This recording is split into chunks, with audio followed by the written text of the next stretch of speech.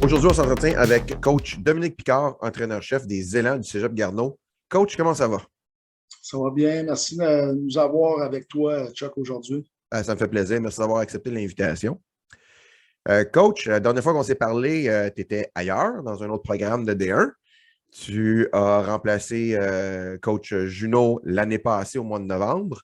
Parle-nous de ta saison, ta première saison avec les Élans à Garneau. Oui, effectivement, il y a un an, là, presque jour pour jour, là, je faisais mon arrivée ici. Donc, ça a été une année qui a été particulière, évidemment, parce que je suis arrivé dans une année de pandémie, mais je te dirais que ça a été mission accomplie pour la première saison, la première année complète. Là, on est fiers de ce qu'on a accompli. J'ai pu personnellement là, apprendre à connaître nos joueurs en étant créatif, tout ça pendant l'hiver avec Zoom, tout ça, avec des Zoom workouts, des choses comme ça. Puis nos entraîneurs, qu'on a fait des rencontres. Euh, je te dirais qu'au niveau de l'été, ça a bien été aussi au niveau de la préparation physique. On a eu une belle saison, somme toute, avec des gars qu'on a appris à connaître au fil des semaines, parce que oui, on a connu un peu au sein des bandes vidéo, mais aussi au niveau de leur trait de personnalité, comment est-ce qu'ils répondent à l'adversité, et ainsi de suite, à l'enseignement qu'on leur donnait. Donc, c'est une bonne première année. Puis, le but, c'est de progresser. Donc, 2022 est maintenant commencé. Et on est bien excités par rapport à ce défi-là. Là. Ma question préférée, qui est coach Dominique Picard et quelle est la culture que tu essaies d'implanter à Garneau? Euh, je suis un coach de foot qui est extrêmement passionné. Le football, pour moi, m'a permis beaucoup de progresser en tant que joueur de foot, c'est sûr, mais en tant que personne, que ce soit lors de mes années du secondaire, cégep, université, obtenant des diplômes, là, que ce soit un DEC, un bac à l'université, amorcer une maîtrise, tout ça. Puis ayant joué plus de 10 ans pro, c'est certain que c'est des expériences de vie qui marquent. Puis ben, moi, mon but, c'est de justement partager ma passion au sein des jeunes. Ça, c'est clair. Donc, ça, c'est de leur donner le meilleur enseignement, les meilleurs outils aussi, tant sur le terrain de football que dans leur vie personnelle, les encadrer. Donc, ça, c'est plus du côté de ma philosophie personnelle. Maintenant, au niveau de notre culture ici à Garneau, je te dirais qu'il y a trois mots qui retirent notre attention. C'est l'engagement, l'excellence, puis l'attitude. On veut avoir des jeunes qui sont engagés dans se dépasser à chaque jour, de progresser, qui était notre mot d'ordre cette année. Puis, justement, avec des comportements, de l'attitude d'excellence. On veut être les meilleurs, que ce soit au football, mais aussi dans nos comportements en classe, hors terrain, là, en tant que citoyen. Donc, ça, c'est clair qu'on touche au football, mais on touche aussi au comportement, là, au développement humain avec notre encadrement. Donc, ça, c'est clair que ça, c'est dans notre culture ici. Puis, l'éthique de travail, le souci du détail dans ce qu'on fait, ça ne passe pas inaperçu. On veut vraiment mettre l'emphase là-dessus pour qu'on progresse. Le mot d'ordre, c'est progression. Et à ce moment-là, on veut donner ça comme héritage à nos gars. En plus d'être tough mentalement et physiquement sur le terrain de foot. Ça, c'est clair. Maintenant, pour les accompagner là-dedans, Chuck, on définit clairement nos attentes, nos objectifs. On fixe nos objectifs avec nos joueurs, nos étudiants athlètes, pour justement Ouais. qu'ils puissent avoir des objectifs clairs. Puis, en cours de route, peuvent évaluer justement leur progression. Ça, c'est clair. On veut former, nous autres, des étudiants athlètes qui sont motivés à se dépasser jour après jour. C'est carrément ça. On veut voir une progression, une évolution. Puis c'est ça. C'est qu'on veut des jeunes ici dans notre structure, dans notre culture, qui veulent apprendre, qui sont curieux, qui posent des questions, qui ont soif de se dépasser. Ça, c'est clair. Donc, ça, on veut des jeunes qui embarquent en étant engagés full-time. C'est pas juste une expérience d'une saison, c'est une expérience pour nous à l'année longue, une expérience de vie aussi pour les propulser vers le succès au prochain niveau, que ce soit universitaire, que ce soit lorsqu'ils ont terminé leur technique, qu'ils s'en vont sur le marché du travail. Oui. Donc, tu sais, ce qu'on leur enseigne, c'est pas juste en football, mais ça va leur servir, comme on leur dit, plus tard dans leur vie personnelle. Fait que ça, c'est au niveau de notre culture en général. Sinon, Chuck, je te dirais qu'on le définit par différents blocs. Culture de coach, pour nos entraîneurs ici dans notre structure, c'est d'être les meilleurs enseignants possibles. On veut être les meilleurs supporters de nos joueurs dans l'encadrement, tout ça. mais on veut être des enseignants de la game. Donc, on ne leur dit pas quoi faire sur le terrain, on leur enseigne quoi faire, on leur donne les outils pour que quand ils sont sur le terrain, ils soient autonomes, ils comprennent ce qu'ils font. C'est une majeure différence. Ça, Oui. je te dirais que c'est un peu mon parcours personnel qui m'a fait découvrir ça un peu dans le niveau professionnel, je te dirais. Mais après ça, quand j'ai vu mon parcours justement de joueur universitaire, ainsi de suite, tu sais, j'ai pu voir, j'ai eu des enseignants de qualité. Et ça, c'est ce qu'on veut donner ici dans notre programme. Maintenant, le dernier bloc, si tu veux, dans notre culture, notre philosophie football, vraiment, c'est qu'on veut avoir les meilleures pratiques pour nous préparer pour les matchs. Donc, les pratiques vont nous définir, c'est clair. La rapidité, être physique, ça, c'est clair qu'on veut ça. Puis, au niveau de la philosophie, c'est qu'on veut établir le jeu au sol, on veut arrêter en défensive, puis on va avoir une unité de bottée d'envoi, kick-off, Mhm. qui est à l'image d'être physique, qui va descendre. Ça fait que ces trois critères de la game en tant que tel particuliers vont définir qui nous sommes vraiment. Puis d'être justement là, pour terminer là-dedans, dans ce volet-là, d'apprendre à nos joueurs comment bloquer et comment plaquer, parce que ces deux choses-là, ces deux aspects-là, c'est les bases de la game.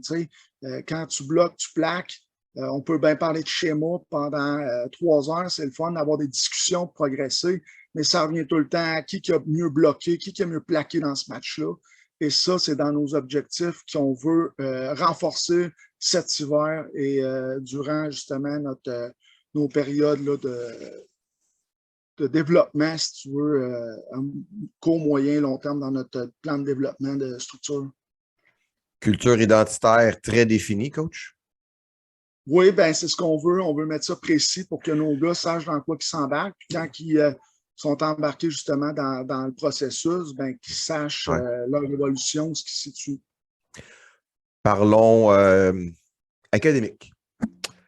Oui. Les installations logistiques et la vie étudiante. Comment est-ce qu'on décrit ça de vivre à Garneau, à Québec?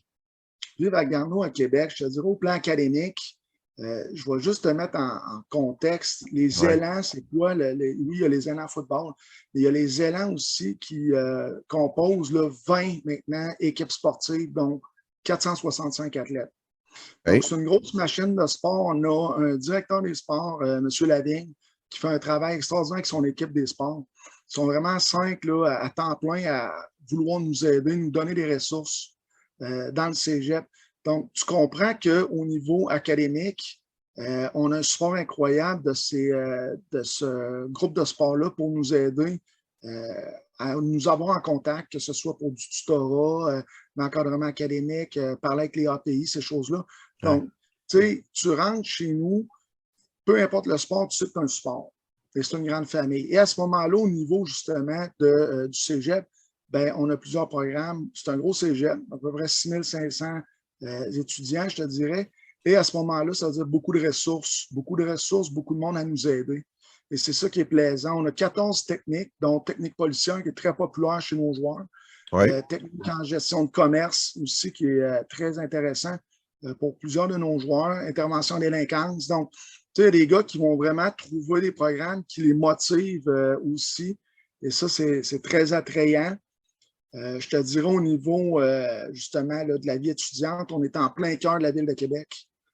Donc, 10 minutes de Place Laurier, 10 minutes de la colline parlementaire. Ça se fait en autobus, ça se fait. Tu sais, il y a une accessibilité incroyable. Donc, un gars de Québec, un gars local, c'est intéressant parce que c'est très facile. Autant pour un gars de l'extérieur que lui va pouvoir arriver ici et il va avoir un accès incroyable. Il ne sera pas isolé à quelque part. Il va pouvoir avoir, il va pouvoir, tu sais, avoir du plaisir un petit peu à faire du foot, ça c'est clair. C'est notre mandat numéro 1 avec les études. Ouais. Mais en même temps, il va pouvoir un équilibre à quelque part pour s'amuser un petit peu, se divertir en ayant un accès là, facile à la ville de Québec. Ça, c'est clair. Concernant nos installations, puis les programmes d'études, là, je veux dire, les programmes d'études, ça, on est un cégep qui se distingue dans la qualité de l'enseignement, ça, c'est clair.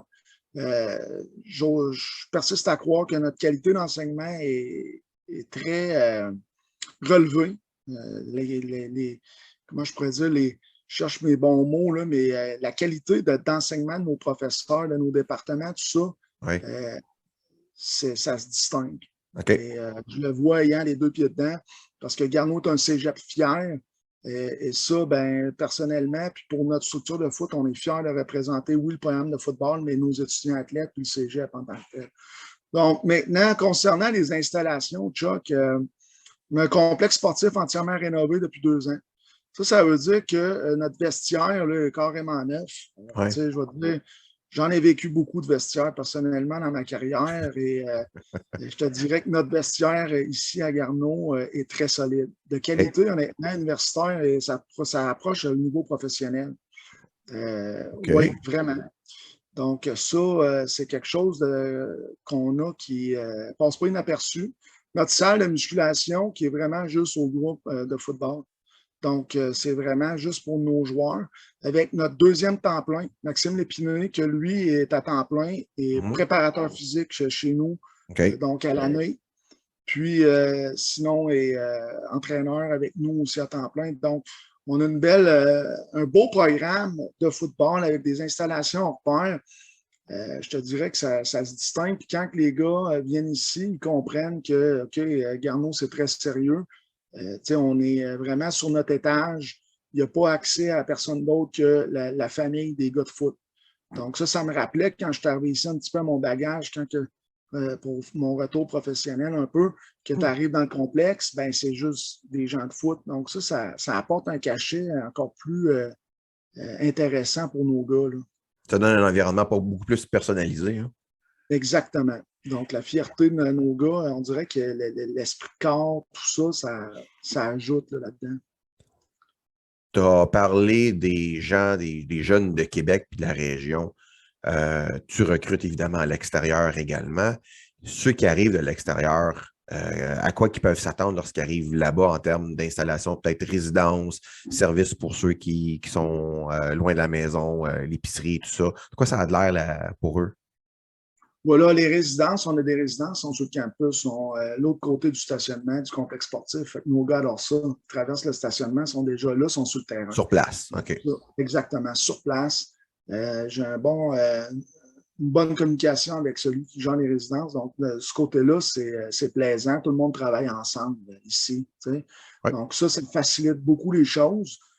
Puis sinon, ben, il y a quelques joueurs aussi qui, eux autres, décident de vivre en appartement et vraiment, les appartements sont à même pas 5 minutes de marche du campus. Je veux dire, c'est l'autre côté de la rue. Donc, il y a une accessibilité vraiment là, super là, pour les gars qui veulent venir ici. On les épaule aussi là-dedans, leur trouver un endroit pour faciliter justement leur démarche.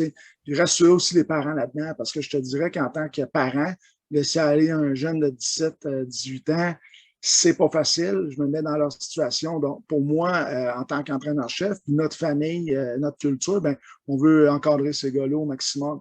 Donc, c'est vraiment de les rassurer puis de faire les démarches en partenariat avec les parents pour faire le meilleur fit possible, comme on dit. Je le confirme. Attends, que parent, je le confirme. Question football maintenant. Peux-tu nous décrire l'engagement que les jeunes vont avoir à se commettre à titre d'entraînement? Donc, le nombre de pratiques que vous avez par semaine, le nombre de séances vidéo, des séances de yoga ou autres. Tout ça pendant la saison de football, à titre de premier volet. Puis deuxième volet à ma question, de quoi ça a l'air votre off-season training, vous, en hiver? Donc, on va débuter avec la saison. On débute au mois de début août. OK? Puis c'est certain que l'engagement, c'est du D1. On veut amener l'engagement au centre un peu de notre développement, là. Puis je te dirais qu'au début août, on veut aussi, lors de notre camp, là, on est conscient que c'est des jeunes qu'il faut qu'ils travaillent. Donc, on va concorder un peu l'horaire de pratique les samedis, dimanches de 8 à midi pour leur donner leur après-midi off. Ça, c'est clair. Par la suite, on pratique les soirs. Une fois que l'école débute, je te dirais que c'est pas mal le même horaire chaque semaine. Donc, nos gars ont apprécié ça. C'est le mot que j'ai eu beaucoup d'eux de cette semaine. Le lundi, c'est un rundown qu'on appelle ou accès piscine, peut-être éventuellement qu'on veut faire un retour là, avec ça. Et bande vidéo correction, unité spéciale, puis par position en attaque, en défensive. Mardi, mercredi, jeudi, on a tout le temps des meetings. Je te dirais, Non, on met beaucoup d'emphase sur le développement du football IQ chez nos joueurs. Donc, les Yep. meetings occupent une place extrêmement importante pour, encore une fois, leur enseigner les bases, puis perfectionner. Donc, on commence là, à 4 heures, puis on fait justement à peu près 45 minutes d'unité spéciale. Par la suite, on fait un 45-50 minutes en attaque et défensive pour aller sur le terrain de 18 heures à 20h15.